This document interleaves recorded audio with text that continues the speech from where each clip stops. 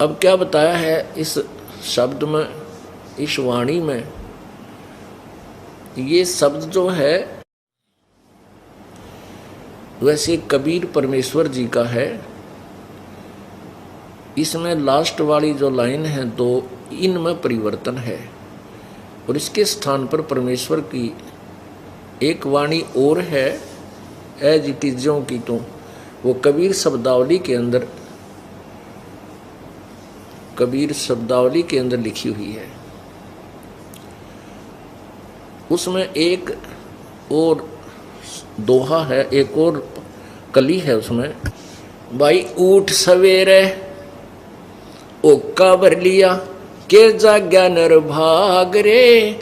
ऊठ सवेरे ओका भर लिया के जाग्या नर भाग रे।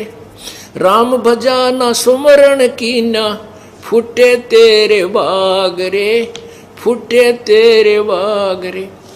मान लीजिए ये दो तरह का जागना बताया है। एक तो सुबह उठते ही प्रभु को याद करे तो उस जागरण का लाभ होया। एक नो के उठते हुक्का ठोक लिया और गुर गुर, फिर खूब फिर धूमा पूरे परिवार ने कमरे में ठोक दिया। बच्चे सो रहे हैं, पोते पोती बेटा बेटिया, उनको भी पै दिया साथ में सोए हुओं को। तो फिर के जाग्या नर भाग रे, ऐसा था पड़ा रहता पाछे उठ ले और बड़काते। तो जाग गए तो भगवान ने याद करे।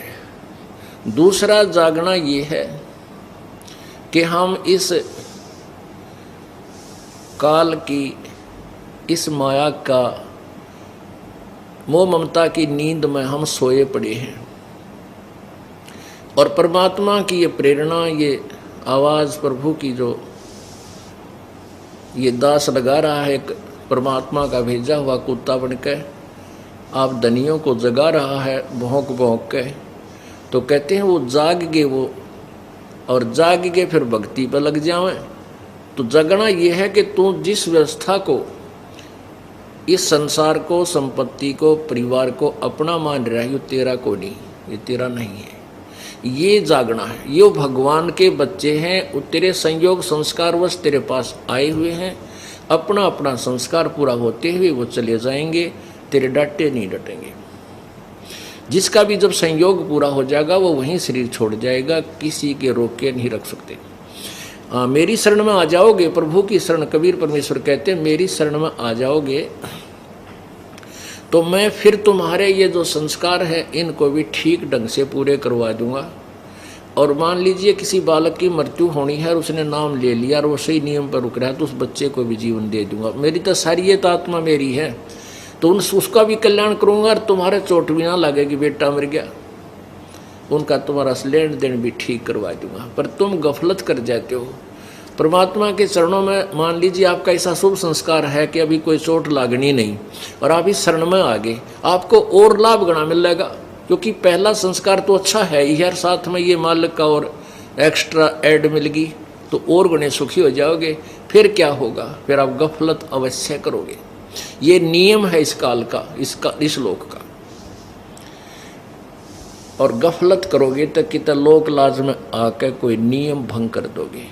और नियम भंग होने के बाद मान लीजिए कोई ऐसा बुरा संस्कार आपका आसपास था कि जिससे कोई घटना, दुर्घटना जबरदस्त घटनी थी, तो फिर वह घट जाएगी, वो आपका चोट लग जाएगी, क्योंकि आपने परमात्मा का जो कंबल दिया था सर्दी से बचाव के लिए वो उतार दिया, फिर नमूनिया होगा ही होगा। तो परमेश्वर क्या कहते हैं कि ऐसा जो आपको दुख निवारण नहीं करूंगा जिससे तेरा मोक्ष मार्ग में बाधा बढ़े। इसलिए परमात्मा हमें क्या याद दिलाते हैं कि तुम एक डिमांड और कर लियो। कहते सुख के माथे पत्थर पड़ो जो नाम हृदय से जावे, बलिहारी उस दुख के जो पल पल नाम रटावे। कि हे भगवान ऐसा सुख भी ना दिए जिससे तेरा नाम भूल जाऊं, आग लगे ऐसे सुख है। और वो दुख, ऐसा दुख भी वरदान है हमारे लिए जो आपकी याद दिलाता रहे, रह के आपको याद करता रहूं। ऐसा दुख भी दिए रखना परमात्मा कि तेरी भूल ना पड़ जाए। तो ऐसा परमेश्वर अवश्य रखेगा आपको पार करने के लिए। हमें बार बार क्या चेतावनी देते हैं परमात्मा, मन तो चल रे सुख के सागर, जहाँ शब्द सिंधु रत्नागर। मन तो चल रे सुख के सागर, जहाँ शब्द सिंधु रत्नागर। शब्द जैसे शब्द स्वरूपी राम अविनाशी परमेश्वर, शब्द कभी नष्ट नहीं होता। शब्द सिंधु, सिंधु माने वहाँ अविनाशी अमरत्व का सागर है। शब्द सिंधु रत्नागर, ओहो, रत्न मोक्ष रूपी रत्नों का आगार माने डिपो, यानी खान है वो। तो क्या कहते हैं, मन चल रहे सुख के सागर, जहाँ शब्द सिंधु रत्नागर। अब सुख सागर किसे कहते हैं कि जहाँ दुख ना हो। जैसे सागर में, समुद्र में जहाँ तक देखा जल ही जल होता है, उसमें अन्य वस्तु नहीं होती है। तो इसी प्रकार सुख सागर का अर्थ है कि सतलोक वो स्थान है जहाँ दुख नहीं है। शंखों लहर मेहर की उपजे, कहर नहीं जा कोई। दास गरीब अचल अविनाशी, सुख का सागर सोई। शंखों लहर मेहर की उपजे, जैसे दिन में या 2-4 दिन में एक कुछ अक्षण ऐसे आते हैं, आत्मा इतनी आत्मविभोर हो जाता है ये प्राणी, और अंदर से एक इतनी अच्छी हिलोर सी उठती है कि दुश्मन भी दुश्मन नज़र नहीं आता है, सब अपने से नज़र आते हैं। उसके प्रति भी प्यार भर आता है, लेकिन वो होता है थोड़ी सी देर का। वो जो सुख है वो बिल्कुल न्यारा है। ना वो कितनी संतान उत्पत्ति, तो वो संतान प्राप्ति से हो सकता है, ना चाहे करोड़ रुपये धन मिल जाए उससे भी वो सुख वैसा नहीं हो सकता।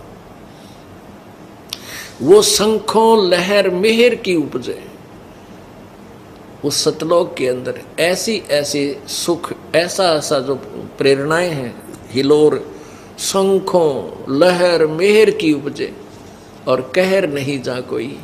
यहाँ तो वो कुछ ही अक्षरों की होती वह मेहर की लहर, यानी सब पर दया आती है, और उसके बाद फिर वो जो के तो कहर की लहर, नो कर दूंगा नो कर दूंगा। वो लड़का आज फेल हो गया, देख उसने 1 साल खो दिया, भैंस नहीं हुई, काटड़ा मर गया, यानी इस तरह की फिर वो कहर की लहर शुरू हो जाती है। यहाँ तो मच्छर से लड़े मिनट मिनट में इस पाप कर्मों के प्राणी के। तो परमात्मा ही दया करेंगे, ये तत्व ज्ञान और अपनी सतभक्ति रूपी मच्छरदानी आपको देंगे, जिससे आपको आपके कष्ट जो है नहीं आएंगे, आपको नहीं परेशान करेंगे पाप।